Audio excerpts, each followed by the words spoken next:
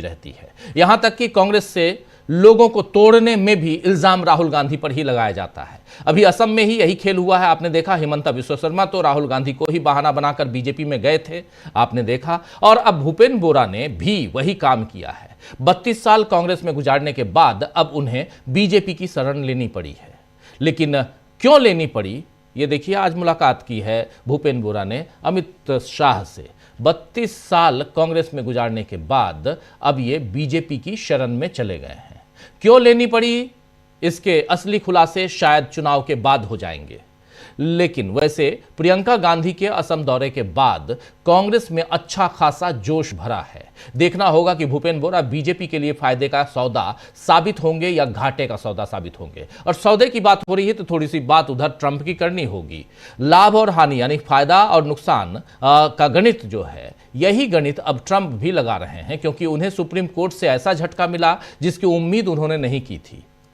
और ट्रंप ने धमकी देकर भारत समेत तमाम देशों पर जो टैरिफ थोपा था, उसे अमेरिका की सुप्रीम कोर्ट ने खारिज कर दिया और ट्रंप को बता दिया कि 1977 के अंतर्राष्ट्रीय आपातकालीन आर्थिक शक्तियां अधिनियम IEEPA, international emergency economic power act, जो कानून में है, इस कानून के तहत ट्रंप बड़े पैमाने पर जवाबी टैरिफ नहीं लगा सकते, क्योंकि टैरिफ लगाने का अधिकार कांग्रेस के पास है, अमेरिकी कांग्रेस के पास है। वहां पास करवाना पड़ेगा। इस फैसले से झल्लाए ट्रंप ने अपने खिलाफ फैसला देने वाले जजों को मूर्ख और विदेशी हितों से प्रभावित बता दिया है। लेकिन मजेदार बात यहां पे है, 9 जजों की बेंच थी। 9 में से 6 जजों ने इसके खिलाफ यानी ट्रंप के खिलाफ फैसला दिया है। और ये 6 जज जो हैं, इनमें से 2 जज तो ऐसे हैं जिनको ट्रंप ने खुद अभी आने के बाद अपॉइंट किया है, और बाकी जो 4 जज हैं, ये 6 में से बता रहा हूं, 4 जज हैं जिसको भी रिपब्लिकन्स ने ही किया है अपॉइंट।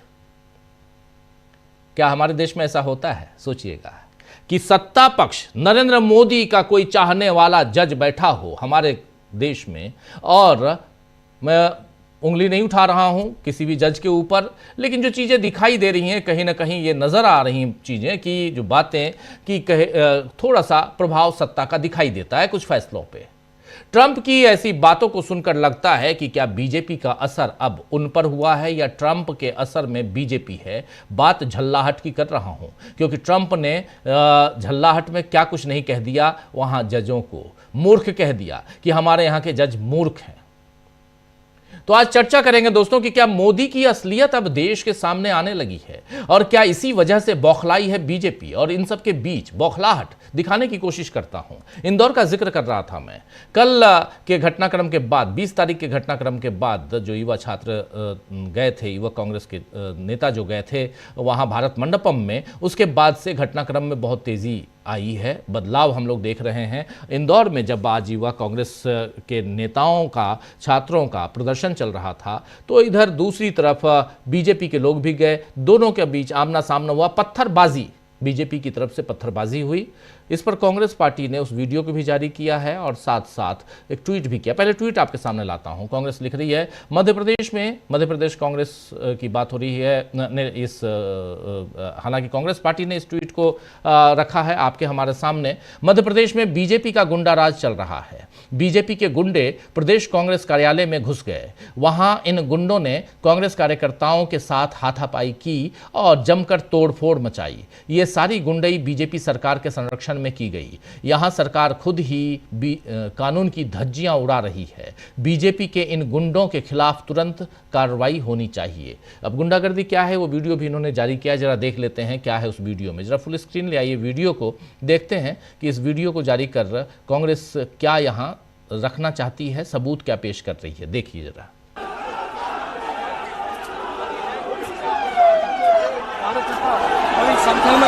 भाजपा के कार्यकर्ता जो पीसीसी के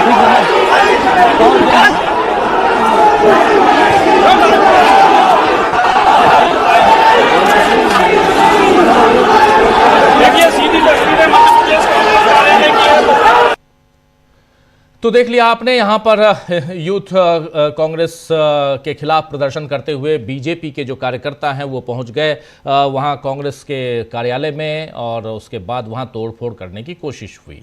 चलिए, ये सब कुछ चल रहा है, कांग्रेस पार्टी अपनी तरफ और बीजेपी अपनी तरफ। बीजेपी के तमाम नेता राहुल गांधी पे आरोप लगा रहे हैं, मुख्य साजिशकर्ता राहुल गांधी को बता रहे हैं कि राहुल गांधी ने ये पूरी की पूरी प्लानिंग की। कुछ फोटोग्राफ्स दिखाए जा रहे हैं इन नेताओं के साथ राहुल गांधी के, और हो भी क्यों नहीं, राहुल गांधी के वर्कर्स हैं, इनकी पार्टी के कार्यकर्ता हैं, तो राहुल गांधी के साथ फोटो नहीं अगर खिंचाएंगे तो किसके साथ खिंचाएंगे। लेकिन ओम बिरला क्या यह कह सकते हैं कि जिसने राहुल गांधी को और उनके साथ साथ 25 और सांसदों को गोली मारने की धमकी दी है, जो पुलिस की गिरफ्त में आया उसके बाद छूट भी गया, क्या वो ओम बिरला के कार्यकर्ता हैं? क्या वो बीजेपी के कार्यकर्ता है? ये बताएगी क्या बीजेपी, या बताएंगे क्या ओम बिरला? तो बहुत सारे सवाल हैं दोस्तों, इन सवालों का हल निकालने की कोशिश करते हैं, यानी इसको और इस तह में जाकर कुछ समझने की कोशिश करते हैं, ढूंढने की कोशिश करते हैं कि आखिर देश में क्या चल रहा है और आखिर क्यों हड़बड़ी की थी नरेंद्र मोदी की सरकार ने डील करते वक्त। आपको याद होगा ना, बहुत बढ़िया सा माला पहनाकर नरेंद्र मोदी 18% जब टैरिफ हुआ तो संसद में पूरा का पूरा एनडीए जो है वो पूरा कुनबा एनडीए के सांसदों ने नरेंद्र मोदी का स्वागत किया था। 3% से 18%, पहले 50 हुआ, 50 से 18 लेके आ गए, और उसमें एक इस बॉन्डिंग के साथ कि आपको रूस के साथ ट्रेड डील नहीं करनी, रूस के साथ आपको तेल आयात नहीं करना है, और उसके बाद आप फूल माले से अपना स्वागत करवा रहे थे। लेकिन आपको पता था कि ये पूरा का पूरा मामला सुप्रीम कोर्ट में है। क्या सुप्रीम कोर्ट में फैसला ट्रंप के पक्ष में जाने वाला था, ऐसा आपने सोचा था, या ट्रंप के खिलाफ जाने वाला है? क्या ये अमेरिका का सुप्रीम कोर्ट है या अपने यहाँ का सुप्रीम कोर्ट है? ये सब भी सोचिएगा। लेकिन यहाँ बहुत महत्वपूर्ण है कि बहुत सारी चीज़ों को जानना, समझना और उसकी तह में जाने की कोशिश करना। चलिए, तह में जाने की कोशिश करते हैं। हमारे कुछ वरिष्ठ साथी हमारे साथ जुड़े हुए हैं, उनके साथ, और फिर आगे बढ़ते हैं। ज़रा स्क्रीन पर ले आइए तमाम हमारे साथियों को। और बहुत इम्पॉर्टेंट डे, और धीरे धीरे बढ़ते हुए, और आप देखेंगे जैसे जैसे चुनाव की घड़ियां नज़दीक आएंगी, और खासकर 5 राज्यों में जो चुनाव होने हैं, और उससे पहले यहाँ बहुत कुछ बदलते हुए हम देखेंगे, और उसमें कांग्रेस पार्टी काफ़ी तेज़ी से आगे बढ़ते हुए नज़र आ रही है। लेकिन बीजेपी पीछा कर पा रही है या नहीं, ये भी देखना होगा। ये 4 जो कार्यकर्ता युवा कांग्रेस के हैं, वो जो गिरफ्तार हुए हैं, उनके साथ क्या होगा ये भी देखना होगा। हमारे साथ 4 वरिष्ठ साथी जुड़े हुए हैं। मुकेश जी हमारे साथ जुड़े हुए हैं, हमारे साथ अंशु जी जुड़ी हुई हैं, हमारे साथ डॉक्टर राकेश पाठक जी जुड़े हुए हैं, और अमलेंदु जी जुड़े हुए हैं। आप सबका स्वागत है, इस्तकबाल है, स्वागत इस्तकबाल। अब तमाम दोस्तों, साथी, शुभचिंतक आप सबका जो अब तक जुड़ चुके हैं उनका भी, जो जुड़ने वाले हैं उनका भी स्वागत करता हूं। सबसे पहले डॉक्टर राकेश पाठक जी आपके पास। राकेश जी, जरा आपसे समझना चाहता हूँ कि आखिर, चूँकि आप मध्य प्रदेश में हैं और आपसे बेहतर कौन बताएगा, आखिर हो क्या रहा था? क्या ये लोग पूरे अंदर तक चले गए थे, बीजेपी के कार्यकर्ता? देखिए, आज प्रदेश भर में जो प्रदर्शन हुए हैं, सब जगह आपस में दोनों पार्टियों के कार्यकर्ताओं में जोर आजमाइश हुई है। मध्य प्रदेश का जो प्रदेश कांग्रेस कार्यालय है भोपाल में, लिंक रोड नंबर 1 पर, वहां भी बीजेपी के कार्यकर्ता पहुंचे थे, लेकिन कांग्रेस के कार्यकर्ता पहले से लाठियां लेकर वहां खड़े हुए थे। इंदौर में भी संघर्ष हुआ, दोनों तरफ से पथराव हुआ, लेकिन हर राज्य की तरह जहां जहां बीजेपी की सरकारें हैं, वहां की पुलिस किस तरह काम करती है, इसका नजारा इंदौर में देखने को मिला है। दोनों तरफ के कार्यकर्ता घायल हुए, कांग्रेस के कार्यकर्ता ज्यादा घायल हुए, लेकिन एफआईआर दर्ज की है इंदौर की पुलिस ने सिर्फ कांग्रेस के नेताओं के खिलाफ, जबकि पथराव की शुरुआत बीजेपी के नेताओं ने की। कांग्रेस के कार्यालय पर चढ़कर गए। कांग्रेस के कार्यकर्ता तो कांग्रेस बीजेपी मुख्यालय या बीजेपी के कार्यालय पर नहीं गए थे। इससे आप अंदाजा लगा सकते हैं कि किस तरह पुलिस और प्रशासन कायदे कानून को बलाए ताक रखकर काम कर रहे हैं। अब असली सवाल यह है राजीव जी कि जिस मूल मुद्दे को लेकर बीजेपी पूरे देश में प्रदर्शन कर रही है कि युवक कांग्रेस के कार्यकर्ताओं ने एक अंतर्राष्ट्रीय समागम में विरोध प्रदर्शन करके देश का अपमान किया है। बड़ी मजेदार बात है, बहुत सारे लोग जिन्हें पिछले 12 सालों में हर दिन, हर चौथे 5वें दिन हो रहे देश के अपमान पर रंच मात्र भी गम नहीं होता, उन्हें कोई फर्क नहीं पड़ता, अचानक वे देश के सम्मान के लिए जाग उठे। तो ऐसे लोगों को याद दिलाना जरूरी है। वैसे कल से हजारों लोग याद दिला चुके हैं कि जब देश में कॉमनवेल्थ गेम्स चल रहे थे तब बीजेपी के तत्कालीन राष्ट्रीय अध्यक्ष नितिन गडकरी की अगुवाई में देश भर में प्रदर्शन हुए थे। तब भी पूरी दुनिया ने देखा था। उसके बाद पिछले 12 सालों में देश का सम्मान कम करने वाली, देश का सम्मान गिराने वाली जो घटनाएं हैं उन्हें भी याद कर लीजिए। देश का अपमान तब होता है जब देश का प्रधानमंत्री विदेशी धरती पर खड़े होकर यह कहे, जाने कौन से पाप किए थे पिछले जन्म में जो भारत में पैदा होना पड़ा। जब देश का प्रधानमंत्री विदेशी धरती पर नोटबंदी के बाद कहे कि घर में शादी है, पैसे नहीं है, अंगूठा ऐसे हिला हिला कर, तब देश का प्रधानमंत्री देश का अपमान कर रहा होता और ये बता रहा होता है कि हमारे देश के लोग चोर उचक्के हैं, काला बाजारिये हैं, घर में नकली नोट छुपाकर रखे हुए थे। देश का अपमान तब होता है जब देश की संसद में चुने हुए सांसद को सत्ताधारी पार्टी का सांसद मजहब के आधार पर अश्लीलतम गाली देता है और प्रधानमंत्री और स्पीकर मौन रहते हैं। देश का अपमान तब होता है जब देश की संसद में पहले प्रधानमंत्री और 2 शहीद प्रधानमंत्रियों की चरित्र हत्या होती है, संसद खामोश रहती है, प्रधानमंत्री चुप्पी साधे रहते हैं।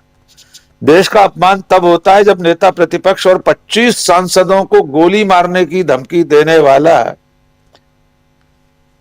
बाकायदा छुट्टा घूमता है, मामूली धाराओं में मुकदमा दर्ज होता है, स्पीकर के साथ उसकी निकटता स्थापित हो जाती है, फिर भी स्पीकर 2 शब्द नहीं बोलते।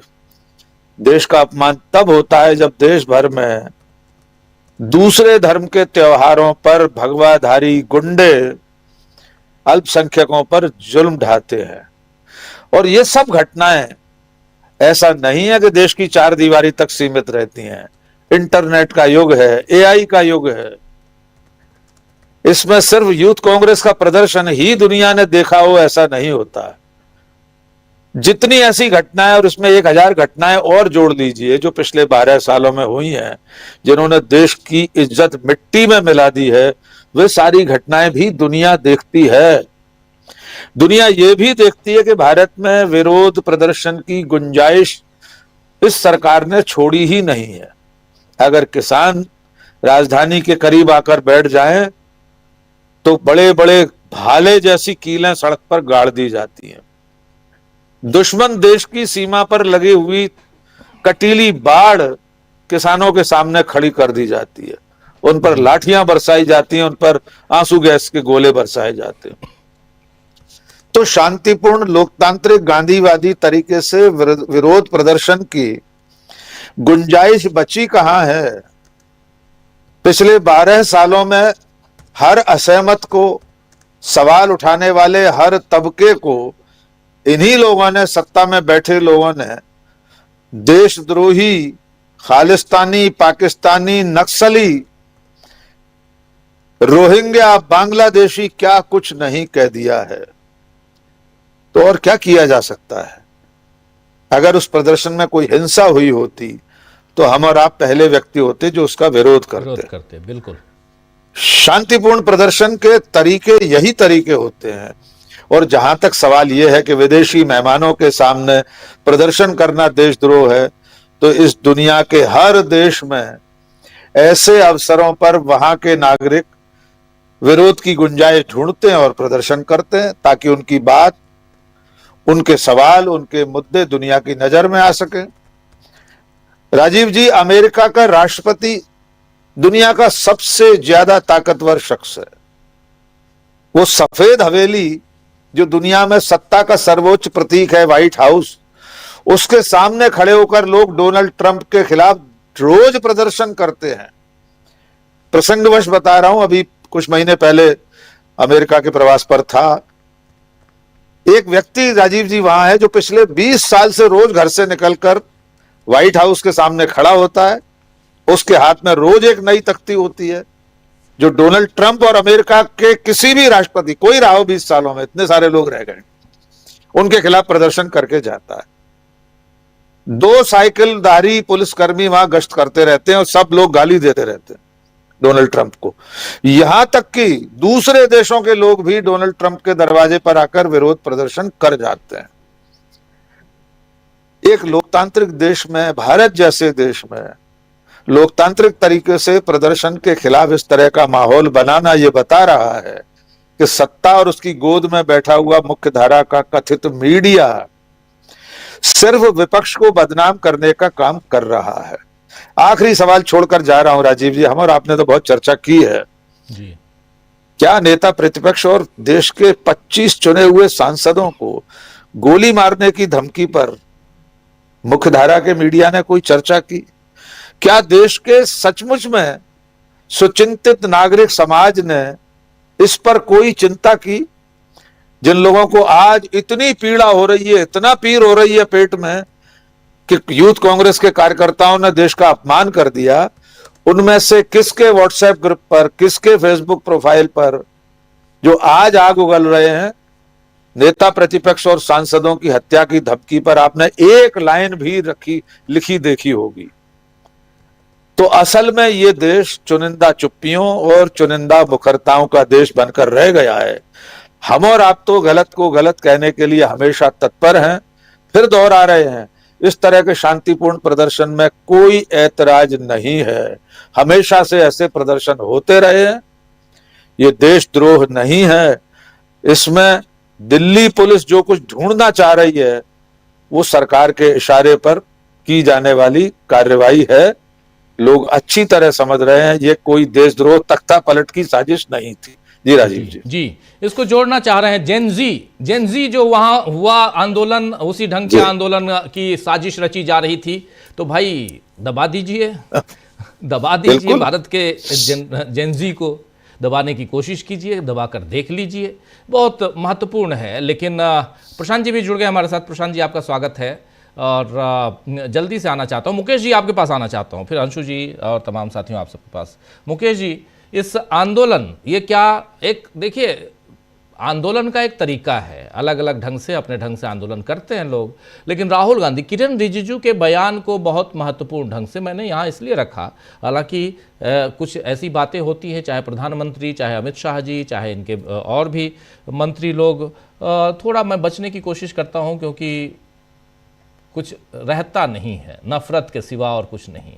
नफरत को जिस ढंग से मुकेश जी यहाँ बोया गया है वो हम लोग देख रहे हैं, लेकिन इनको सुनना इसलिए ज़रूरी था क्योंकि ये संसदीय कार्य मंत्री हैं और पिछले महीने भर से, जब से संसद का बजट सत्र शुरू हुआ है, एक आदमी छाया हुआ है, नाम है किरण रिजिजू। झूठ बोलने में और झूठे बयान देने में अभी ये सबसे ऊपर अव्वल नज़र आ रहे हैं। बहुत ही ईमानदारी के साथ ये शब्द मैं इस्तेमाल कर रहा हूँ, इसलिए मंत्री महोदय हैं, लेकिन फिर भी मैं कह रहा हूँ क्योंकि कुछ चीज़ें, कुछ तथ्य ऐसे हैं जिसको आप साबित कर दीजिए ना कि हाँ, राहुल गांधी मुख्य साजिश करता है, राहुल गांधी इस देश के लिए सबसे ज़्यादा खतरनाक इंसान है। साबित कर दो, और साबित करने से पहले इंट्रोगेट कर लो। 55 घंटे तो आपने पहले कर ही चुके हैं, कुछ और घंटे ले लो और इस मामले में भी कर लो। लेकिन सवाल फिर भी खड़ा होता है कि हमारे संविधान ने प्रोटेस्ट करने का अधिकार सबको दिया है, मुकेश जी, आपको भी, मुझको भी और युवा कांग्रेस के नेताओं को भी। फिर ये कहां से आ गए राहुल गांधी और क्यों यहां पर इस देश को विदेशी लोगों के बीच बदनाम करने की साजिश रची गई? और उससे पहले वो गलगोटिया वालों ने क्या किया? विदेश से लाकर, चीन से लाकर आप एक रोबो डॉग को अपना बता के, और जब बदनाम कर रहे थे तब तो आप आए नहीं। आपने क्या कर लिया गलगोटिया का? गलगोटिया के खिलाफ आपने क्या एक्शन ले लिया, जरा बता दीजिए। उस भारत मंडपम से बाहर निकालने के अलावा कुछ ऐसा है तो बता दें। इसलिए सवाल खड़ा होता है और पत्रकार होने के नाते सवाल तो पूछेंगे, किसी को अच्छा लगे, किसी को बुरा लगे। मुकेश जी। राजीव जी, बीजेपी जो है वो 2 सेंट्रल पॉइंट पे काम करती है। एक है नैरेटिव और दूसरा है ऑप्टिक्स। इन दोनों के अलावा उसको तीसरी कोई चीज नहीं आती। और इन दोनों के लिए क्या उचित है, क्या अनुचित है, क्या जायज है, क्या नाजायज है, ये सब जाए भाड़ में। उनके लिए दोहरे मापदंड सैकड़ों हजारों की संख्या में मौजूद है। आज ही आपने जिक्र किया और जो आप स्क्रीन पे दिखा रहे हैं चीजें, आप देखिए, एक प्रदर्शन करने में, जो प्रदर्शन दिल्ली में हो रहा है वो प्रदर्शन भारत विरोधी है, देश के ही खिलाफ है, और जो प्रदर्शन इंदौर में हो रहा है वो देश को ताकतवर बना रहा है। ये क्या है भाई, ये क्या विडंबना है। प्रदर्शन ही खराब है, चाहे सोनल वांगचुक करें, चाहे कांग्रेस के लोग करें, और जब बीजेपी के लोग करें तो सब कुछ बहुत अच्छा हो रहा है। एफआईआर भी हो तो एक पार्टी के खिलाफ हो। आप देश की इज्जत को ऊंचा कर रहे हैं, जब आप जो है वो रोबो डॉग लेके आ जाते हैं, बहुत ऊंचा कर रहे हैं। जब आप जो है वहां वो थर्मोकोल के ड्रोन पेश कर रहे होते तब देश का नाम बहुत ऊंचा कर रहे हैं। तो देश का नाम खराब करने और गंदा करने का जो जिम्मा है वो आपके मुताबिक कांग्रेस पार्टी को दे दिया गया है। ये निहायत निकम्मी नकारा पार्टी है, जिसने इतने सालों तक, आज जो लोग इस देश में रह रहे हैं उनके बाप दादाओं का बहुत लंबे अरसे तक मैंडेट इस पार्टी को मिलता रहा है जी।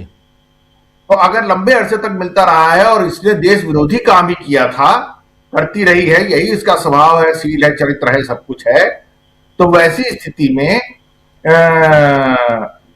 ये देश जहां भी आगे बढ़ा है, जैसा भी आगे बढ़ा है, जो भी हमारे लोकतांत्रिक मूल्य और सिद्धांत इस देश में पल्लवित पुष्पित हुए, वो कैसे हो गए भाई। यानी कुल मिलाकर के झूठ झूठ झूठ झूठ झूठ। आप इनकी सरकार के खिलाफ प्रदर्शन नहीं कर सकते, आप यहां भारत मंडपम में नहीं कर सकते, आप जंतर मंतर पे नहीं कर सकते, आप संसद में नहीं कर सकते, आप दिल्ली के बॉर्डर पे नहीं कर सकते। इनकी सरकार के खिलाफ आप प्रदर्शन करिए, आप लद्दाख में नहीं कर सकते। आप इनकी सरकार के खिलाफ प्रदर्शन करेंगे तो वह एंटी नेशनल होगा। यही सीधा सीधा मतलब हो गया इसका। अब इसको इससे ज्यादा आसान तरीके से कैसे समझे? कोई तरीका है समझने का इससे ज्यादा आसान? सीधी सी बात यह है कि बीजेपी के लोग जो करें वो सब कुछ संविधान सम्मत है, देश को मजबूत बनाने वाला है, ठीक है, सब कुछ। कोई ऐसी चीज तो है ही नहीं, बीजेपी ने तो कभी कोई ऐसी चीज की ही नहीं है जिससे देश कमजोर होता हो। नफरत, अरे काहे का नफरत? हिंदू मुसलमान, हाँ लड़ना ही चाहिए इनको। सुबह से शाम तक जो वहां नैरेटिव चल रहा है वो इसीलिए तो चल रहा है ना कि लड़ते रहे। तो इसका मतलब तो बीजेपी की वही रणनीति है, वही नीति है, वही सोच है, वही चिंतन है, वही विचार है। ये जो पहलू है, इसको अगर हम डाइसेक्ट भी करें तो क्या करें, क्या निकालें इससे? सब कुछ तो आंखों के सामने है। कभी बीजेपी ने ऐसा कहा क्या कि हम जिस जमाने में प्रदर्शन करते थे उस जमाने में देश के विरोध के लिए करते थे, और आज की जो विपक्ष की पार्टियां हैं वो जो प्रदर्शन कर रही हैं वो देश को तोड़ने के लिए कर रही हैं। यानी विपक्षी जो भी व्यक्ति सरकार की मुखालफत कर रहा है, करने की सोच सकता है, मनसा वाचा कर्मणा किसी भी तरीके से, पिछले 12 साल में तो हम लोगों ने यही देखा है कि वो तो भारत विरोधी है, ये तोड़ने वाला काम करता है। किसी भी तरह की घटना हो, आप बताइए ना कि आज इतने सारे मंत्रियों ने बयान दिया है, इतने सारे बीजेपी के नेताओं ने बयान दिया है, यही बयान, इसमें से क्या एक आना बयान में हम लोगों ने मणिपुर की घटना के बाद सुना था? नहीं। क्या वो निंदनीय नहीं था, वो दुखद नहीं था, वो देश की इज्जत बढ़ाने वाली घटना थी? वो क्या थी?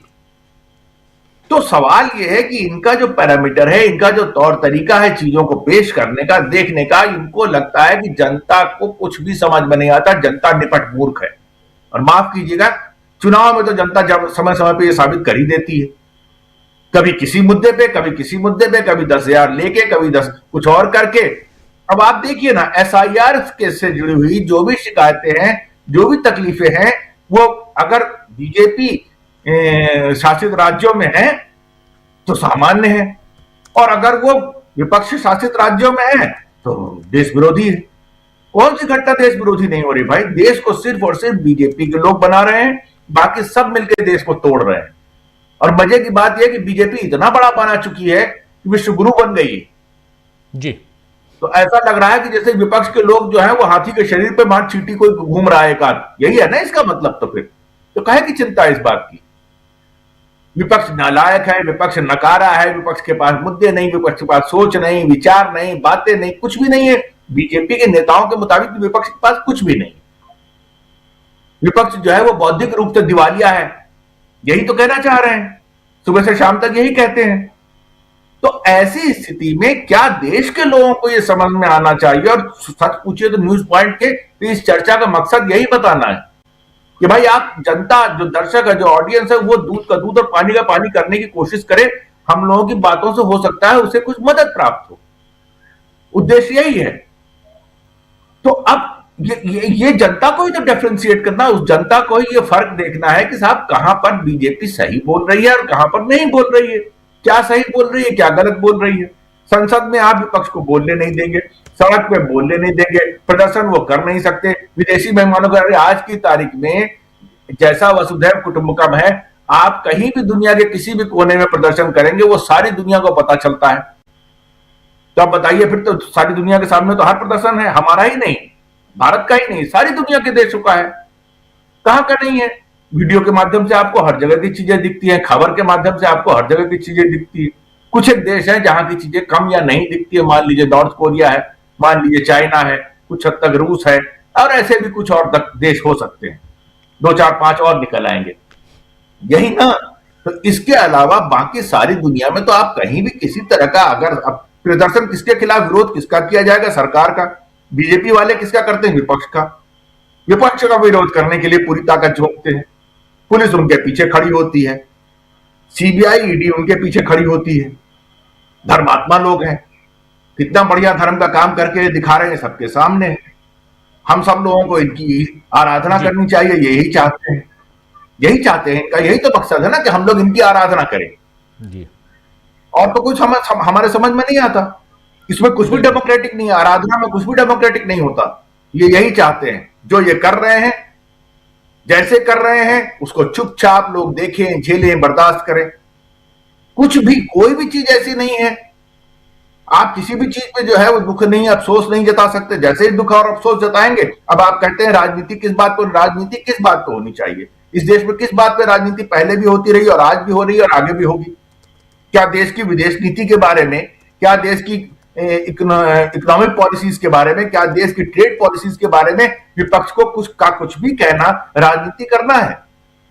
और अगर यही है तो फिर तो विपक्ष को खत्म कर दीजिए, उसकी कोई जरूरत ही नहीं है। वो तो आपकी आलोचना करेगा तो वो देश विरोधी काम करेगा। देश विरोधी काम कितनी बड़ी संज्ञा है भाई। कोई भी व्यक्ति देश विरोधी काम अगर कर रहा है, सही मायने में अगर देश विरोधी काम कर रहा है, तो ये देश के बाकी लोगों के लिए एक निहायत चिंताजनक और अपमानजनक बात होनी चाहिए। लेकिन वो है कहां, कैसे हो सकती है? तो आपने एक ऐसा ताना बाना बना दिया है कि सरकार के खिलाफ आपने छू बोला नहीं, कोई बात बोली नहीं, कि आप साहब देश विरोधी हो गए। कहीं भी कोई भी आप घटना उठा के देख लीजिए, कब इन्होंने कहा है कि हाँ साहब फलाने आदमी ने हमारी जो आलोचना की है वो बिल्कुल ठीक है और हमें उसके हिसाब से अपने करेक्टिव स्टेप्स लेने चाहिए जी, हम सुधार करेंगे, हम बदलाव लाएंगे, हम चीजों को बेहतर करेंगे, आपकी आलोचनाओं का स्वागत है, बोलते हैं माननीय प्रधानमंत्री नरेंद्र मोदी जी। आलोचना होनी चाहिए, आलोचना की जगह कहां है? कौन करेगा आलोचना, कैसे करेगा आलोचना, ये सब भी डिफाइन कर दीजिए, बता दीजिए कि साहब ऐसे ऐसे आप आलोचना कर सकते हैं और ऐसे ऐसे नहीं कर सकते, वो भी एक कोड बना दीजिए। बिल्कुल, बिल्कुल। उसके अलावा जो तौर तरीका अपनाया जा रहा है वो घुमा फिरा करके यही तो कोशिश की जा रही है ना कि तुम अपनी जुबान बंद रखो। जुबान तो बंद है ही, और कर लेंगे चलिए, तो फिर डेमोक्रेसी बचेगी क्या? ये भी घोषणा कर दो कि डेमोक्रेसी खत्म हो गई, जुबान बंद रखो, डेमोक्रेसी खत्म हो गई। जी राजीव जी, बिल्कुल बिल्कुल आप सही कह रहे हैं, जुबान बंद करने की कोशिश का। और अभी डॉक्टर राकेश पाठक जी ने पहले अपने वक्तव्य में उन्होंने कहा भी कि पिछले 10-12 साल में हमने साफ साफ देखा है, किसानों के आंदोलन को हम लोगों ने बहुत नज़दीक से देखा था और उसमें किस ढंग से उनको खालिस्तानी, मवाली, क्या क्या नहीं कहा गया। जरा डॉक्टर साहब आप कुछ कहना चाह रहे थे, जोड़ना चाह रहे थे? मुकेश जी ने बहुत अच्छी बात याद दिला दी कि आंदोलन कैसे किया जाए, उसके तौर तरीके तय कर दिए जाए। तो मुकेश भाई, तय करने के लिए केंद्रीय गृह मंत्रालय ने बाकायदा एक कमेटी बना दी है, उसकी तैयारी चल रही है, एसओपी तैयार हो रहा है। नरेंद्र मोदी और मोदी शाह तय करेंगे, भारत सरकार एक निर्धारित प्रारूप पेश करने वाली है देश को। बाकायदा जो सुरक्षा बलों के प्रमुखों की बैठक में यह तय हुआ था, वो एसओपी तैयार हो रहा है कि आंदोलन कैसे होगा, आप कितनी ऊंची आवाज में बोलेंगे, क्या पहनकर आएंगे, कैसे कदम रखेंगे, कैसे उंगली उठाएंगे, ये सब सरकार तय करने वाली है। उसका टारगेट शायद मार्च या अप्रैल तक बनाकर देने को गृह मंत्री ने खुद कहा हुआ है। तो आंदोलन कैसे चलाया जाए ये भी अब सरकार बताएगी। जी जी जी। प्रशांत जी, ये आंदोलन दिल्ली में हम लोगों ने काफ़ी सारे आंदोलन देखे, कवर किए, और दूसरे राज्यों में भी। इसमें क्या था, 10-12 युवा छात्र जो थे वो गए, और युवक कांग्रेस के, छात्र नहीं, युवक कांग्रेस के नेता गए और विरोध प्रदर्शन किया। हम लोगों ने कल भी इस पे चर्चा की, परसों भी चर्चा की। विरोध प्रदर्शन पूरी दुनिया में करते हैं, जिनेवा में अभी थोड़े दिनों पहले किया, G20 में किया, रूस हो, अमेरिका हो, यूरोप हो, जापान हो, ऑस्ट्रेलिया हो, कहाँ नहीं होता है, और हर ढंग से होता है। महिलाओं का आंदोलन देखा, पूरे फुल नेकेड होकर के आंदोलन किया यूरोप में। करते हैं लोग, यहाँ इनको क्यों इतनी तकलीफ हो रही है? और इस आंदोलन उसके बाद में ये पूरा का पूरा मामला सियासी है, सियासी पारी अपने हाथ में लेने की कोशिश है, या कुछ और है? दो बातें हैं राजीव जी, बल्कि तीन। आज के मुद्दे तीन हैं। एक आपने असम का मुद्दा भी उठाया, वो मैं अगले राउंड में बात करूंगा उस पर। जी, महत्वपूर्ण बातें हैं उसमें भी, लेकिन दो बातें हैं। एक तो है भारत अमेरिका ट्रेड डील और अमेरिका के सुप्रीम कोर्ट का फैसला, और उसके पहले मैं बात करता हूं जो ये मुद्दा चल रहा है प्रदर्शन का। एक बात बड़ी सिंपल सी है कि मुझको अगर खरोंच आ जाए, पैर में कोई कांटा चुभ जाए, तो क्या मैं प्लास्टर चढ़वाऊंगा? क्या वो मैं इमरजेंसी भर्ती हो जाऊंगा? क्या मैं 5 डॉक्टरों से सलाह करूंगा? नहीं, एक सिंपल सी पट्टी बांधूंगा, काम पे निकल जाऊंगा। मामला यही है कि एक छोटा सा प्रदर्शन, 5 लोगों का, 10 लोगों का, उस पे जो इतना रिएक्शन, नीजक रिएक्शन कि कैबिनेट मिनिस्टर खड़े हो गए, पुलिस मुकदमे दर्ज कर रही है, पूरा गोदी मीडिया लगा हुआ है, बड़े बड़े बुद्धिजीवी जो हैं वो हिल गए, तो इसका मतलब है कि प्रदर्शन कामयाब रहा। जो वो करना चाहते थे उन्होंने कर दिया, सरकार हिल गई। अगर सरकार हिली नहीं होती इस प्रदर्शन से, तो इस तरीके का रिएक्शन नहीं आता। इसका मतलब है कि बहुत नाजुक स्थिति में है। और जो राहुल गांधी का संदेश है, कॉम्प्रोमाइज प्रेसिडेंट, प्राइम मिनिस्टर, ये कॉम्प्रोमाइज प्राइम मिनिस्टर का मुद्दा जो है वो लग गया है, तीर सही निशाने पे लगा है। वरना ये 5-7 लोगों का प्रदर्शन था, कमीज उतार के पुलिस से धक्का मुक्की करके बाहर निकाल देते, कोई 151 और ऐसी कोई धाराएं लगा के उनको वो कर देते, आप डिटेन करते, शाम को छोड़ देते। लेकिन आपने मुकदमे दर्ज किए, पुलिस लगी हुई है, उसमें पूरा गोदी मीडिया लगा हुआ है, पूरा गोदी मीडिया है, 5 दिन की रिमांड है साहब ने। हाँ, तो इस फिर मंत्री उतर गए, बीजेपी के प्रवक्ता उतर गए, तमाम सारे उद्योगपति और इनके खेमे के बुद्धिजीवी, कुछ इधर के बुद्धिजीवी भी कंफ्यूज हो गए। तो सवाल ये कि इसका मतलब है कि ये जो कॉम्प्रोमाइज प्राइम मिनिस्टर है, ये मामला गंभीर होता जा रहा है। ये मोदी जी इससे परेशान है। एक तो इसका सीधा पॉलिटिकल संदेश ही है, मैं इसके बहुत डिटेल में जाना नहीं चाहता हूँ। हो गया, प्रदर्शन होते हैं। हमने तो कल भी कहा था कि 26 जनवरी 1950 को जो हमने संविधान बनाया और अपने आप को दिया, उसमें ये मान के दिया कि प्रदर्शन होंगे, और प्रदर्शन नॉर्थ कोरिया में नहीं होते हैं, प्रदर्शन लोकतांत्रिक देशों में ही होते हैं। दूसरी एक बात जो है वो कि जो ट्रंप का मामला है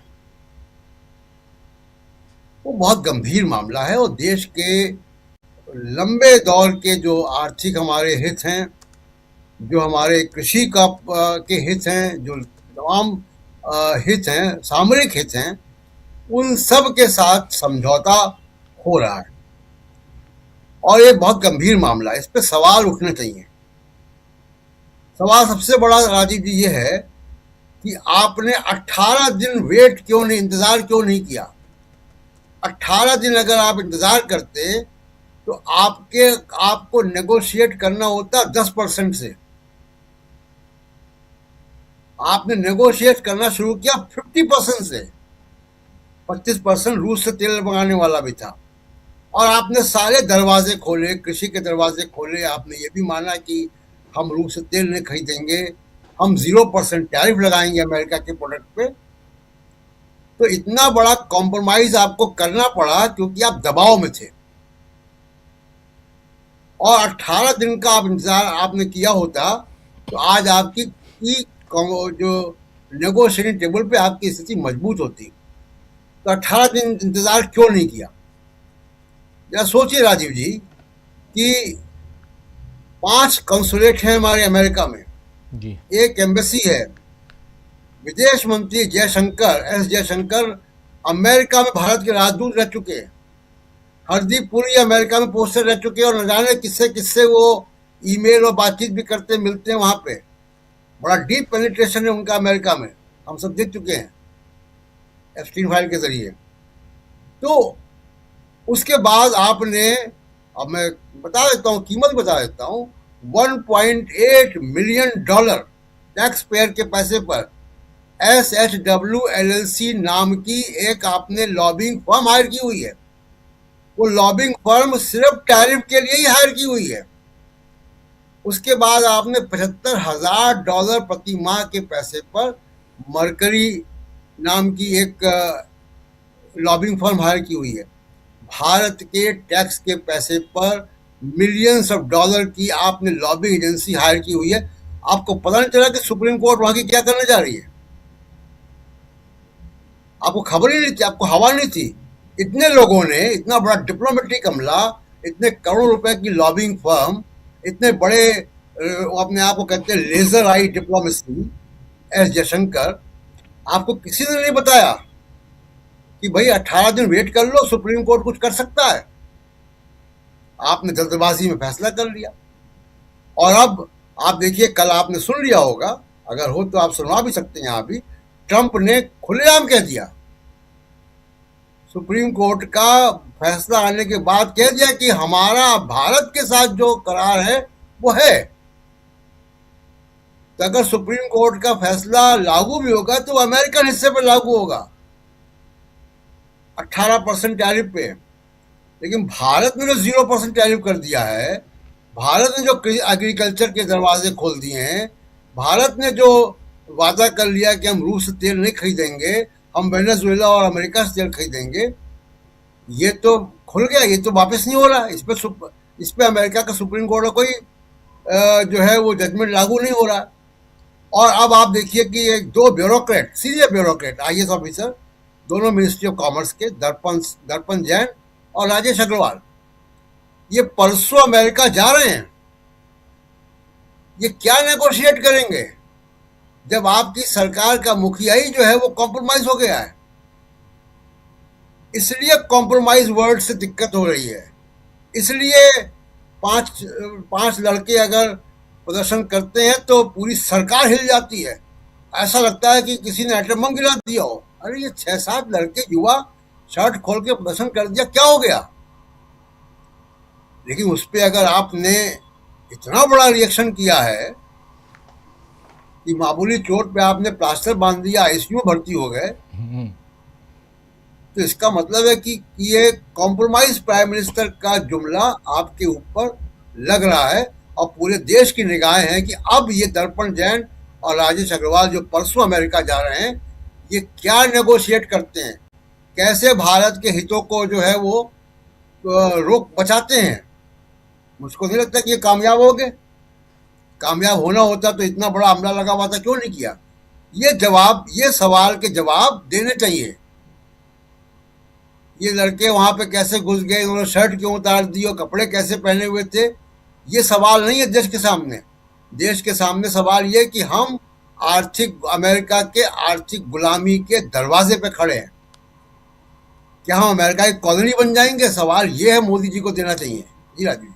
जी बिल्कुल बिल्कुल, कई सारे सवालों का जवाब नरेंद्र मोदी जी को देना होगा आने वाले समय में, लेकिन उससे पहले जो कुछ चल रहा है, जो तस्वीरें हैं वो आप लोग देख रहे हैं। जरा स्क्रीन पर हमारे तमाम साथियों को ले आइए और चर्चा आगे बढ़ाते हैं। अंशु जी, आपके पास आना चाहता हूं, कैसे देखती हैं आप इस पूरे यूथ कांग्रेस ने जो किया, उस पर भी आपकी प्रतिक्रिया? अमेरिका की बात करेंगे बाद में, लेकिन बहुत महत्वपूर्ण जानकारी यहाँ दे रहे थे प्रशांत जी, और कैसे झटका लगा है डोनाल्ड ट्रंप को और वहाँ के कोर्ट ने, जबकि अमेरिका में 9 टोटल जज थे, जिसमें से 6 ने डोनाल्ड ट्रंप के फैसले के खिलाफ फैसला सुनाया है। ये अपने आप में बहुत बड़ी बात है। अमेरिका की जो लोकतंत्र है वो कितना मजबूत है, इससे ये समझ में आता है कि इसमें से टोटल 9 में से 6 जजों की नियुक्ति, उसमें से 2 की डोनाल्ड ट्रंप ने खुद की आने के बाद, और बाकी जो 4 थे वो भी रिपब्लिकन्स के तरफ से ही वो किए गए हैं नियुक्त। उसके बाद भी उन्होंने अपने देश के कानून की रखवाली की है। कानून का रखवाला, असल रखवाला यही होता है। कानून दिखाई देना चाहिए उस समय, ये नहीं कि कौन हमारा है कौन पराया है, ये बात नहीं होनी चाहिए। लेकिन खैर, उस पे आएंगे। उससे पहले यूथ कांग्रेस का प्रदर्शन क्या इतना ज्यादा खतरनाक था? और इसकी रचना, जो व्यूह रचना है, वो राहुल गांधी ने की। बहुत ही खतरनाक इंसान, जो अब नरेंद्र मोदी और यहां की महिला सांसद नरेंद्र मोदी को दांत काट सकती थी, उनके ऊपर हमला हो सकता है। ये सारी चीजें, संसद से लेकर सड़क तक जो बातें आ रही हैं, इसकी गंभीरता को, इसकी गहराई में जाने की जरूरत मैं आप लोगों के जरिए थोड़ा समझना चाहता हूं। और जो बात यहां पर प्रशांत जी भी और डॉक्टर साहब राकेश पाठक जी भी जो कह रहे थे, बहुत महत्वपूर्ण, कि अब अगर आप आंदोलन के तौर तरीके बना रहे हैं, नियम कायदे तैयार कर रहे हैं, तो फिर संविधान को किनारे रख दीजिए। तब तो फिर संविधान को किनारे रख दीजिए, जहां आपको वो आजादी दी गई है कि आप प्रोटेस्ट कर पाएं, जहां आप अपनी बात रख सकें। भाई ये भी तो, अगर आप हमको संसद में बोलने नहीं दे रहे हैं, आप अगर सड़क पे बोलने नहीं दे रहे हैं, तो फिर तो हो गया, फिर तो नॉर्थ कोरिया बन गया, आप यही मानेंगे। लेकिन इसकी गहराई में जरा चलें, आखिर इसके जरिए क्या सचमुच यहां पर नरेंद्र मोदी की सरकार को कोई खतरा, कोई चिंता, सरकार को खतरा मतलब सरकार जाने का डर, यह सता रहा है? क्या यहां की जनता जो है वो सच्चाई जान रही है या उसके जानने के करीब पहुंच चुकी है, जिसको रोकना है? क्या कुछ है, क्या चल रहा है, आपके जरिए समझना चाहता हूं। देखिए राजीव जी, कोई भी लोकतांत्रिक देश है तो उसमें सबसे बड़ा अधिकार जनता का,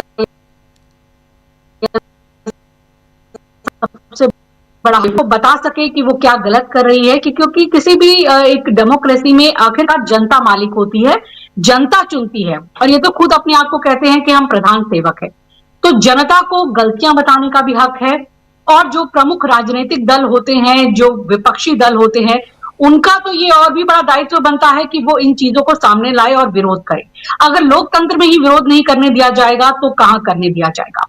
और बात यहां पर इस तरीके से उठाई बीजेपी ने, और इसको लेकर एक इतना बड़ा एक प्रपंच रचा कि एक इंटरनेशनल समिट में और सम्मेलन में वो इस तरह से कर रहे थे, जिससे एक देशद्रोही जैसा काम किया या उन्होंने देश को बदनाम किया। तो आपको बता दें कि किसी भी लोकतांत्रिक देश में ये कोई नई चीज नहीं है। वहां ऐसे बड़ी बड़ी जगहों पर इस तरीके के समिट में या ग्लोबल कार्यक्रमों में विरोध जाहिर किया जाता है, वो इसलिए कि ऐसे मंच से ज्यादा उनकी आवाज दूर तक जाए। और अगर वो अहिंसक है, अगर उसमें कोई हिंसा नहीं है, शांतिप्रिय तरीके से हो रहा है, तो आप उसको होने देना चाहिए। और हमने ऐसा देखा है कि ऑस्कर के समारोह चलता रहता है और बाहर विरोध प्रदर्शन होता है, स्टेडियम में मैच चलता है या गेम चल रहा होता है, विरोध प्रदर्शन होता है। ओलंपिक के बाहर विरोध प्रदर्शन हुए हैं, ग्रेटा थनबर्ग ने यूनाइटेड नेशन के बाहर विरोध प्रदर्शन किए हैं। उनको कोई रोक नहीं रहा, या उनपे मुकदमे नहीं दर्ज किए जा रहे, या उनकी आवाज को खत्म नहीं किया जा रहा। लोकतंत्र का मतलब ही क्या होता है? तो अगर ये शांतिपूर्ण तरीके से प्रदर्शन कर रहे थे तो उन्हें इस तरीके से नहीं करना चाहिए था।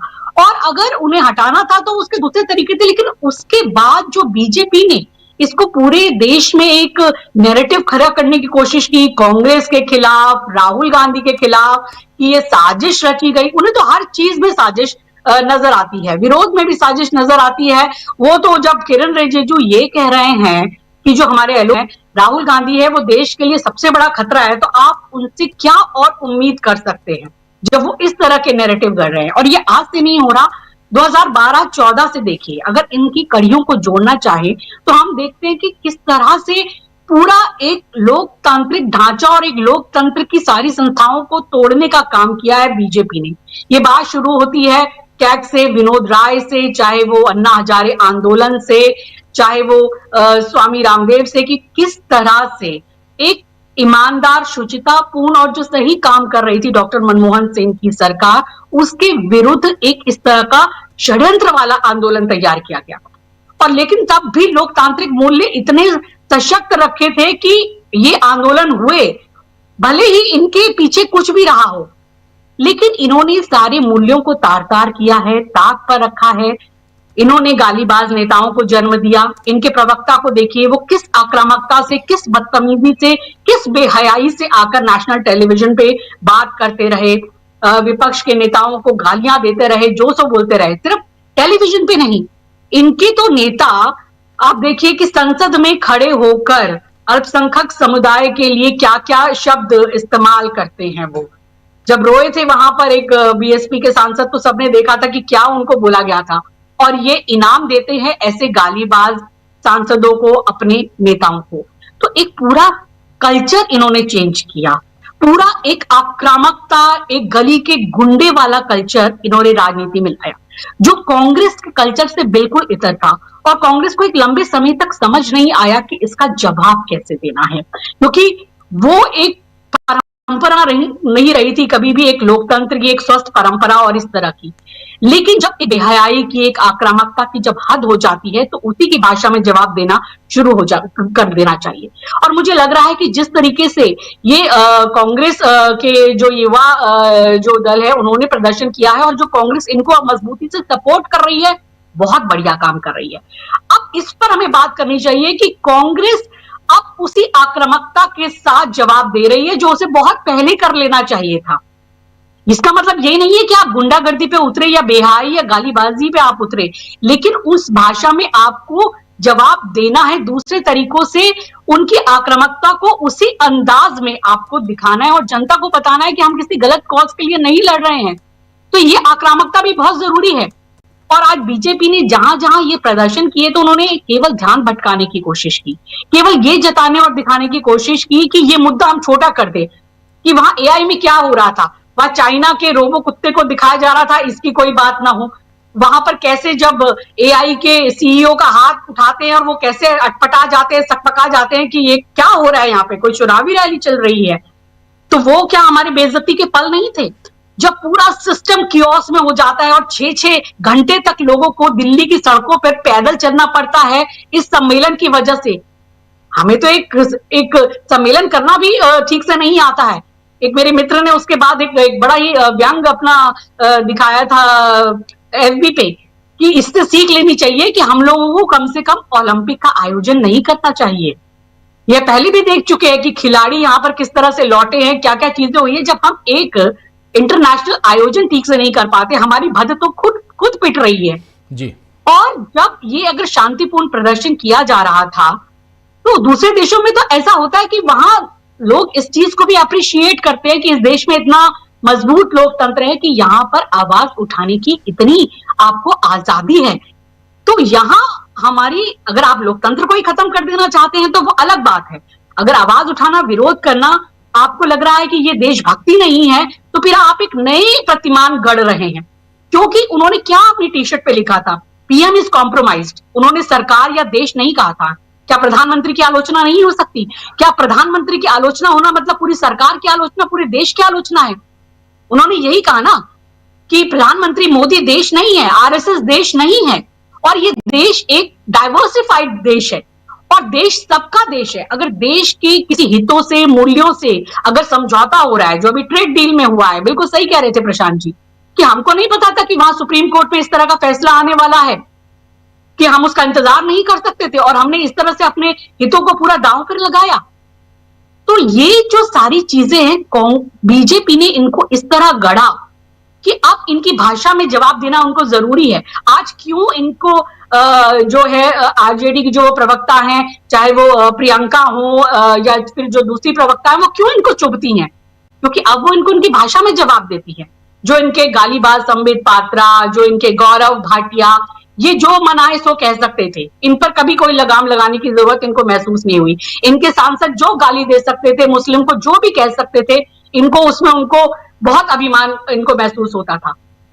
इनके जो बाकी नेता हैं, अनुराग जो है वो भी कुछ भी बोल सकते थे, तो उनको कभी बंद नहीं किया गया। कपिल मिश्रा कुछ भी बोल सकते हैं, लेकिन उनके खिलाफ कभी कुछ नहीं कहा गया। और हाल फिलहाल में भी ऐसा होता रहा है। राहुल गांधी के विषय में क्या कुछ नहीं कहा गया।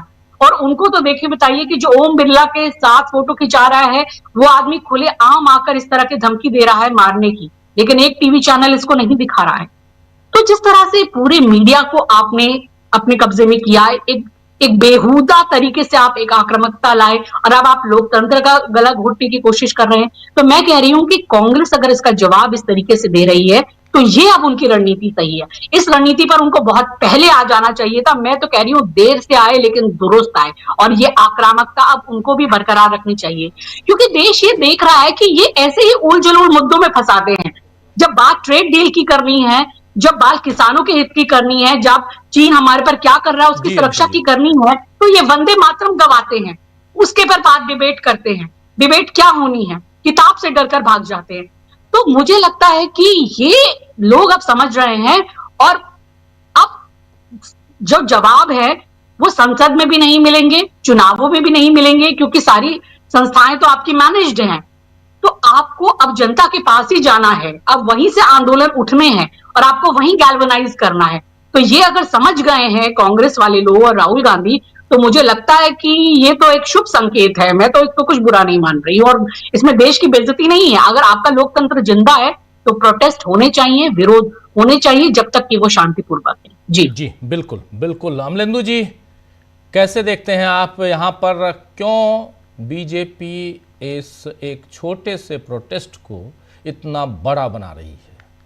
इस प्रोटेस्ट को तो बीजेपी ने बड़ा बना दिया ना, नहीं तो किसी कोने में पड़ा हमारा लोग हैं। बिल्कुल राजीव जी, दो बातें समझ में आती हैं। पहली तो ये कि मोदी जी के खिलाफ बीजेपी में षड्यंत्र बढ़ गए हैं, और जो लोग भी प्रेस कॉन्फ्रेंस कर रहे हैं इसको लेकर, और जो भी बयानबाजी कर रहे हैं या कांग्रेस के दफ्तरों में प्रदर्शन कर रहे हैं, वो सब मोदी जी के खिलाफ एक बड़ा षड्यंत्र रच रहे हैं। अब राजीव जी, ये 11 लोग गए और जाकर इन्होंने सिर्फ नारे लगाए कि पीएम इज कॉम्प्रोमाइज्ड, नारे लगा के चले आते, ये थोड़ी देर के लिए फ्लैश होता टीवी की स्क्रीन पे, उसके बाद गायब हो जाता। लेकिन अब इसके बाद प्रेस कॉन्फ्रेंस हो रही है, बार बार ये विजुअल दिखाए जा रहे हैं, हम भी ये विजुअल दिखाने को मजबूर हैं। वो जो गोदी मीडिया कहा जाता है वो भी ये विजुअल दिखा रहा है। जब किरण रिजिजू की प्रेस कॉन्फ्रेंस दिखाएगा 5 मिनट 42 सेकंड की, तो ये भी दिखाना पड़ेगा ना कि किरण रिजिजू प्रेस कॉन्फ्रेंस इस पे कर रहे हैं, तो इस पे कर रहे हैं, किस बात पे कर रहे हैं। टी शर्ट्स में क्या लिखा हुआ है, साफ साफ दिखाई पड़ रहा है कि पीएम इज कॉम्प्रोमाइज। तो राजीव जी, मुझे लगता है कि मोदी जी के खिलाफ बीजेपी के अंदर षड्यंत्र बहुत ज्यादा हो रहे हैं। मोदी जी को बहुत समझ जाना चाहिए, और इन षड्यंत्रकारियों से मोदी जी को निपटना चाहिए, जो मोदी जी को बदनाम करने पर तुले हुए इस तरीके से। बताइए, 11 आदमी कह रहे थे पीएम मोदी कॉम्प्रोमाइज, ठीक है, 11 कह के और वहां से निकल जाते। लेकिन अब किरण रिजिजू प्रेस कॉन्फ्रेंस कर रहे हैं, संबित पात्रा जो है कुछ कह रहे हैं, कांग्रेस के दफ्तरों पर जो है हमले हो रहे हैं। तो ये साफ तौर पर समझा सकता है कि मोदी जी के खिलाफ जो है वो बीजेपी के अंदर षड्यंत्र हो रहे हैं। दूसरा राजीव जी, ये कि अगर किरण रिजिजू साहब के आरोप सही हैं कि राहुल गांधी के यहाँ बैठकर जो था ये षड्यंत्र रचा गया, वहाँ प्लानिंग बनी, और दिल्ली पुलिस भी कह रही है कि उसे मालूम करना है कि प्लानिंग कहाँ बनी, टी शर्ट कहाँ छपी, तो मुझे लगता है राजीव जी की अब राहुल गांधी जो हैं वो अब इस देश के अंदर आंदोलन कैसे होगा और क्या होगा, इसकी भी अब रणनीति तैयार करने लग गए हैं राहुल गांधी। और बीजेपी अब मजबूर है, उसे समझ में नहीं आ रहा है कि राहुल गांधी रणनीति क्या तैयार करते हैं।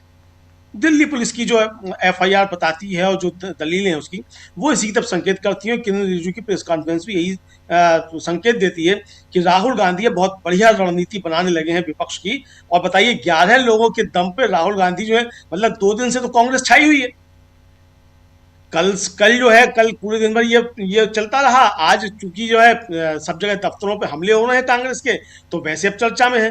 तो यानी जो काम करना चाहिए था वो 11 लोगों के जरिए वो कांग्रेस ने बखूबी कर लिया। अब राजीव जी, एक बड़ा प्रदर्शन आयोजित किया जाता, पुलिस की लाठी चलती, जगह जगह से कार्यकर्ताओं को लाना पड़ता, उस पर खर्चा होता। 11 लोगों से वो काम करा लिया जो 11 लाख की जो भीड़ थी वो नहीं कर पाती। तो ये तो बहुत अच्छी स्ट्रेटजी है।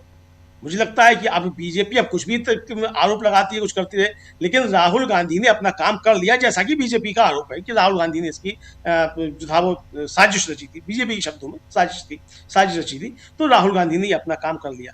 लेकिन राजीव जी, इसके साथ साथ ये भी है कि पूरी दुनिया में अब मोदी जी की बदनामी बहुत ज्यादा हो रही है, और अब समझ जाना चाहिए भारतीय जनता पार्टी को कि आप देश की अंदरूनी पॉलिटिक्स में आप कुछ भी करते रहिए, लेकिन इस तरीके की चीजें अगर आएंगी तो बदनामी कुछ ज्यादा ही होगी। अभी कह रही थी अंशु जी की ग्रेटा थनबर्ग जो है वो यूएन के बाहर प्रदर्शन करती है, एफआईआर दर्ज नहीं होती है, लेकिन ग्रेटा थनबर्ग पे भारत में एफआईआर दर्ज हो जाती है। किसान आंदोलन के दौरान ग्रेटा थनबर्ग पे एफआईआर दर्ज है भारत में, और वो भी एक ट्वीट करने को लेकर है।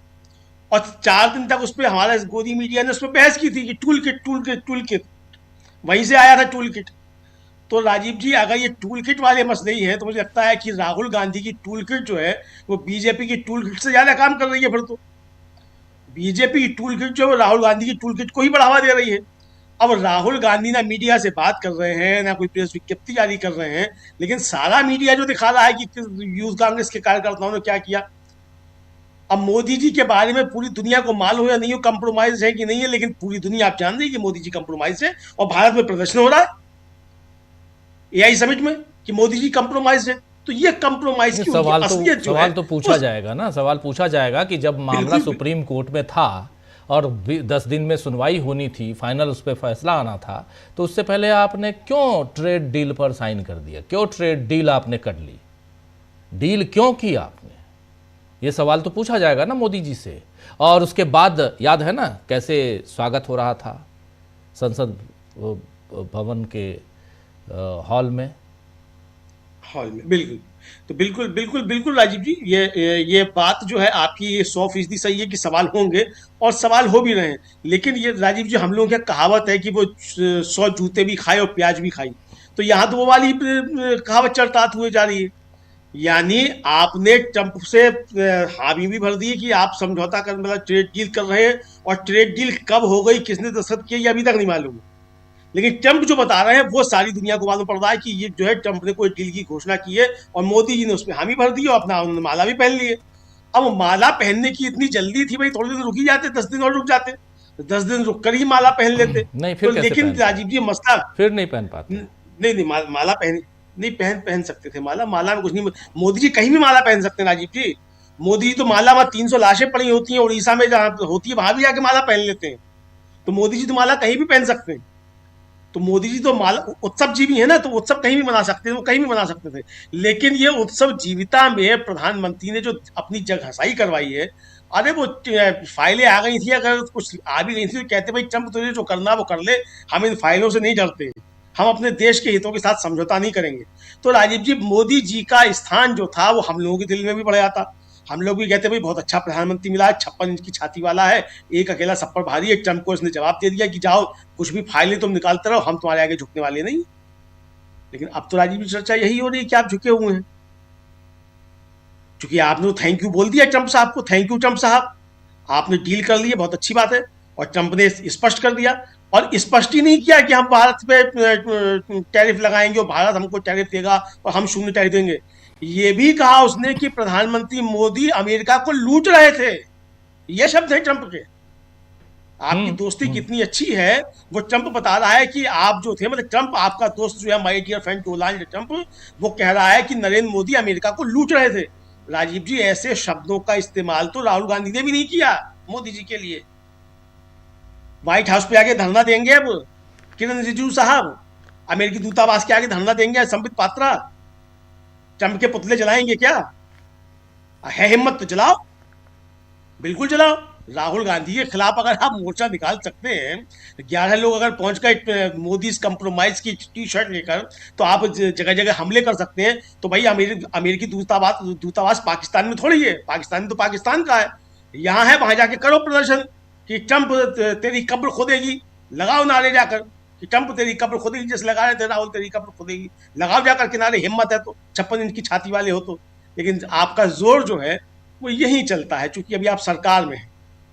जी राजीव जी बिल्कुल, सत्ता पक्ष है और सत्ता पक्ष लेकिन परेशान क्यों है, ये एक बड़ा सवाल है। इस सवाल का जवाब ढूंढने की कोशिश हम कर रहे हैं, इसलिए क्योंकि अगर 10-12 लोग जाते हैं, 11 लोग जाते हैं, वो भी यूथ कांग्रेस के कार्यकर्ता नेता जाते हैं और प्रदर्शन करते हैं, वहाँ टी शर्ट उतारते हैं और आगे बढ़ते हैं। जो तस्वीरें आप लोग देख रहे हैं, हालांकि इसके बाद जो कुछ हुआ इसको कई हम भी नहीं दिखा सकते, क्योंकि मार पिटाई हुई इन लोगों के साथ में, काफ़ी इनकी पिटाई हुई है पीछे से वहाँ के कुछ लोगों ने। और इसी तस्वीर में आप छोटा सा उसका हिस्सा कई बार एक झलकी आप लोगों तक पहुंच भी रही होगी, अगर ध्यान से देखे होंगे आप तो।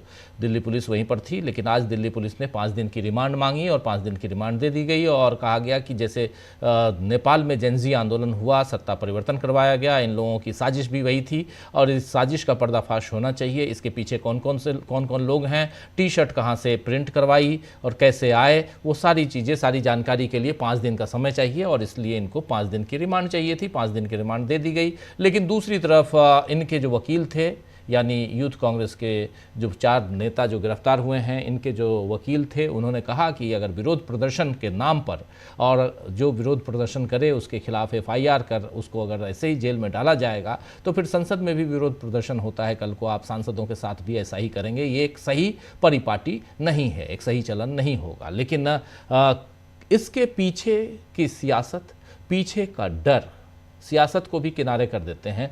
डॉक्टर राकेश पाठक जी, डॉक्टर साहब जरा आपसे समझना चाहता हूँ, ये आखिर डर क्या है? इसको मैं डर ही मान रहा हूँ, और ये डर क्या है, क्या किस चीज का? सत्ता खोने का डर या कुछ और डर? प्राथमिक डर तो सत्ता खोने का ही है, क्योंकि हमारा आपने और इस देश ने देखा है डॉक्टर मनमोहन सिंह की सरकार के समय जिस तरह के आंदोलन दिल्ली में होते थे, अन्ना हजारे का आंदोलन हो, बाबा रामदेव का, क्षमा कीजिए लाला रामदेव का, अरविंद केजरीवाल का, इन सारे आंदोलनों के बाद सत्ता परिवर्तन हुआ है। हम और आप में से किसी ने कभी उन आंदोलनों के पीछे किसी तरह की साजिश नहीं देखी। लोकतांत्रिक राष्ट्र राज्य में सत्ता के खिलाफ प्रदर्शन करना, आंदोलन करना सबका अधिकार है। हम आज भी नहीं कहते कि अगर वो सत्ता परिवर्तन के लिए साजिश भी थी तो वो एक राजनीतिक उपक्रम था, उसके जरिए सत्ता परिवर्तन हो गया। लेकिन तब की सरकार ने न तो इस तरह का व्यवहार प्रदर्शनकारियों के खिलाफ किया, न किसी को देशद्रोही कहा, न उसमें इस तरह की साजिशें ढूंढने की कोशिश की कि उन प्रदर्शनकारियों को पकड़कर उनसे पूछा जाता कि किसके घर पर, किसके बंगले में बैठ के साजिश रची गई है। जी। अब जो कुछ हो रहा है उसके पीछे यही डर है कि अगर सचमुच में एक बार फिर जनता ने हमारी हकीकत समझ ली, उस आंदोलन में तो जो आरोप लगे थे वे सब अदालतों में खारिज हो गए। डॉक्टर मनमोहन सिंह की सरकार पर जितने बड़े आंदोलन थे, जिनके नाम पर आंदोलन चले थे, वे सारे आरोप लगभग शून्य साबित हो चुके हैं। एक आध कोई मुकदमा भी चल रहा होगा। लेकिन जो अंतर आया है, जो मैंने शुरू में संक्षेप में संकेत किया था कि आंदोलनों से निपटने के लिए अब सरकार क्या तैयारी कर रही है, उसको थोड़ा सा और विस्तार से बता देते हैं।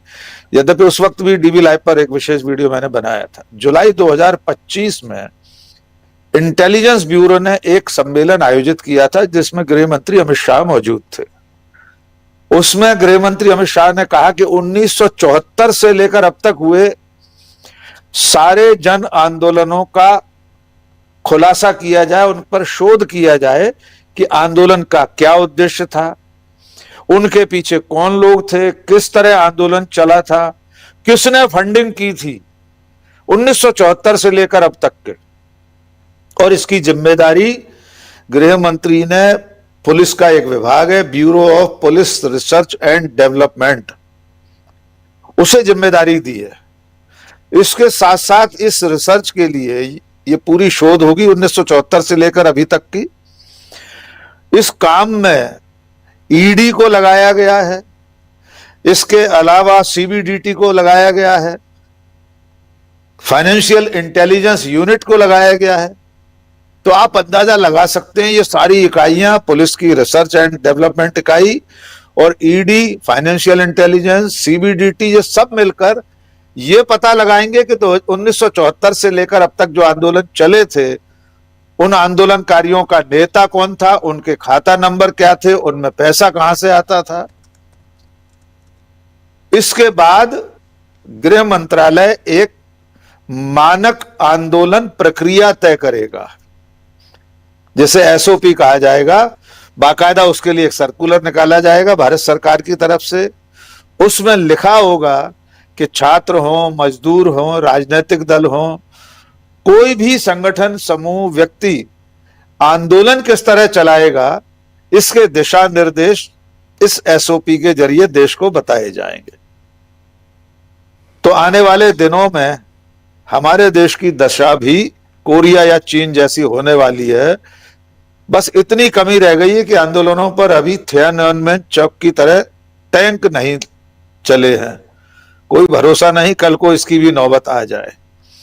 देश के सम्मान पर लौटे, एक दो बातें और जोड़ना चाहता हूं कि देश का अपमान तब होता है जब भारत जैसे संप्रभु राष्ट्र के प्रधानमंत्री के बारे में अमेरिका का राष्ट्रपति हवा में उड़ते हुए एयरफोर्स 1 में खड़े होकर कहता है कि मैं मोदी से खुश नहीं हूं, मोदी जानते हैं मैं खुश नहीं हूं और मुझे खुश करना जरूरी है। तब देश का अपमान होता है। देश का अपमान तब होता है जब हमारे प्रधानमंत्री के लिए डोनाल्ड ट्रंप कहता है कि मैं चाहूं तो नरेंद्र मोदी का करियर बर्बाद कर सकता हूं, तबाह कर सकता हूं, लेकिन मैं ऐसा नहीं करूंगा। और जब इस तरह के बयानों पर सरकार और प्रधानमंत्री गुड़ खाए बैठे रहते हैं, तब देश का अपमान होता है। एक संपूर्ण प्रभुत्व संपन्न लोकतंत्रात्मक गणराज्य के मुखिया का इससे ज्यादा अपमान क्या हो सकता है कि उसे अमेरिका के राष्ट्रपति को खुश करना है। उसका करियर तबाह कर सकता है अमेरिका का राष्ट्रपति। तब सड़कों पर नहीं उतरता संघ परिवार और भारतीय जनता पार्टी। तब किरण रिजिजू का जमीर नहीं जागता। तब वो प्रेस कॉन्फ्रेंस करने नहीं आते, पीयूष गोयल कहने नहीं आते कि हमारे प्रधानमंत्री का करियर दुनिया का कोई शहंशाह बर्बाद नहीं कर सकता। हमारे प्रधानमंत्री की कोई मजबूरी नहीं है कि वे डोनाल्ड ट्रंप को खुश करें। ये सब सुनकर जब सरकार चुप रह जाती है, तब देश का अपमान होता है। इन 12 लोगों के शांतिपूर्ण प्रदर्शन से देश के सम्मान को कोई ठेस नहीं पहुंचती। इसलिए मैं फिर एक बार दोहरा दूं कि ये सारा नरेटिव गढ़ने की कोशिशें अब उस तरह कामयाब नहीं हो रही हैं। अंतिम बात, बार बार हम लोग उस नारे की बात कर रहे हैं कि पीएम कंप्रोमाइज्ड है। हिंदी भारत में देशी लोगों के बीच तक ये नारा बहुत आसानी से नहीं पहुंचता। मुझ जैसे कम पढ़े लिखे लोग भी नहीं समझ पाते कि कंप्रोमाइज्ड का अर्थ क्या होता है। इसकी बजाय नरेंद्र सरेंडर गांव गांव सिर चढ़कर बोल रहा है। तो मैं कांग्रेस की इस आंदोलन में जो रणनीतिक चूक है वो ये भी मानता हूं कि उसे और साधारण आम फहम नारे गढ़ने चाहिए। इस तरह के आंदोलनों में एक नई बात जरूर हुई है कि कांग्रेस अब बैकफुट पर नहीं आती। कल से अब तक हमने नहीं देखा कि कांग्रेस के किसी नेता या प्रवक्ता ने यह कहा हो कि हाँ ऐसा आंदोलन नहीं होना चाहिए था, विदेशी मेहमानों के सामने नहीं जाना चाहिए था। ये जो स्टैंड है पार्टी का, ये जो हौसला है, एक प्रमुख विपक्षी दल को ऐसा ही होना चाहिए। भारतीय जनता पार्टी जब मनमोहन सिंह के 10 साल के शासन में इस तरह के आंदोलन करती थी तो वो ये नहीं सोचती थी कि लोग क्या कहेंगे, 4 लोग क्या कहेंगे, देश का सम्मान रसातल में चला जाएगा। नहीं सोचती थी और वो ठीक करती थी। सत्ता के प्रतिपक्ष में रहने वाले पत्रकार, आम जनता और विपक्षी दलों को ये लिहाज करने की जरूरत नहीं है कि वे एक जनता के मुद्दों को उठाते समय इस गमचे में बैठे रहे कि लोग क्या कहेंगे। लोग तो यहां कुछ भी कहते हैं, लेकिन देश के लिए और जनता के सवालों के लिए इस तरह के लोकतांत्रिक आंदोलनों की जरूरत है। और कांग्रेस ठीक कर रही है कि वो अब बैकफुट पर नहीं जाती। वो उस गिल्ट से बाहर निकल रही है कि हम करेंगे तो कुछ लोग गलत न समझ बैठे। समझने दीजिए गोदी मीडिया